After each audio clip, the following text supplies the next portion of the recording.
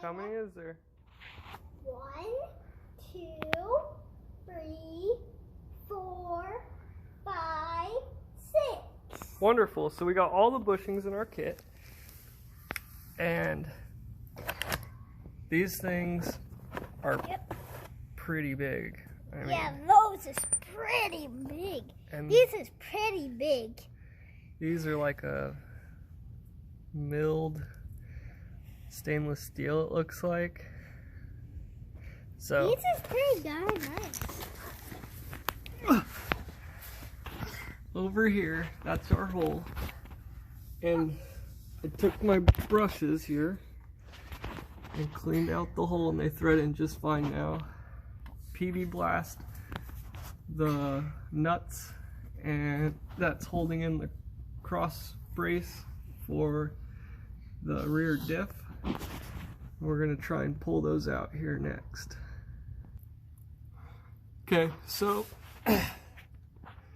we got the nuts off now. What we're going to do is we're going to slide our jack underneath here, jack this up, at which point we'll pop the bolts through, and then somehow we'll probably have to push this forward in order to get everything to kind of drop down. Not looking forward to this. Okay, so if your guys' bolt ends up, if the nut comes off the stud, what I did was I took the nut off this one, I threaded it on as much as I could, because this comes out, so your wrench is going to hit it. So I put it up in here, and then I used my 17, tightened it down onto the wrench. Otherwise there's not enough room even if you flip this backwards. So, and then that allowed me to get it broke free. So now it's going to come out.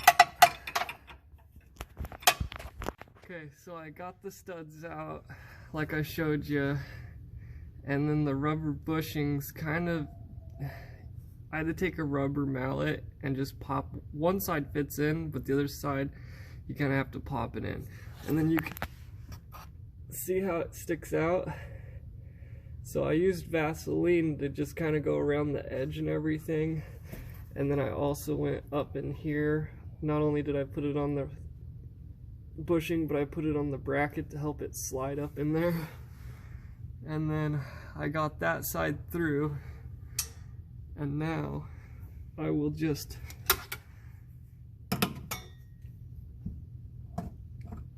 counter lever this side.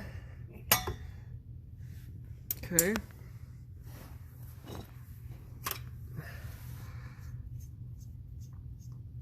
Now I'm getting my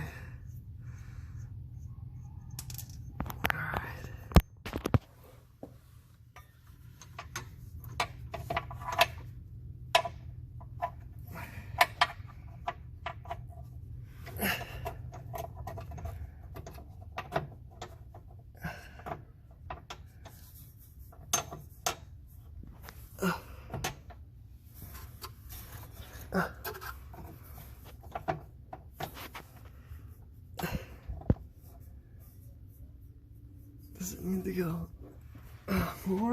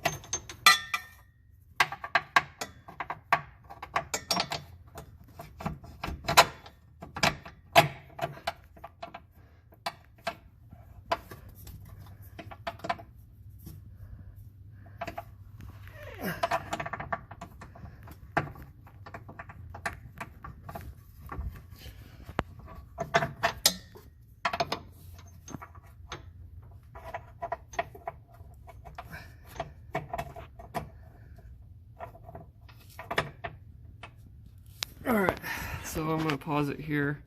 Once I get this through and that on, we'll go to the lockdown bolt. 60 foot-pounds on the lockdowns. So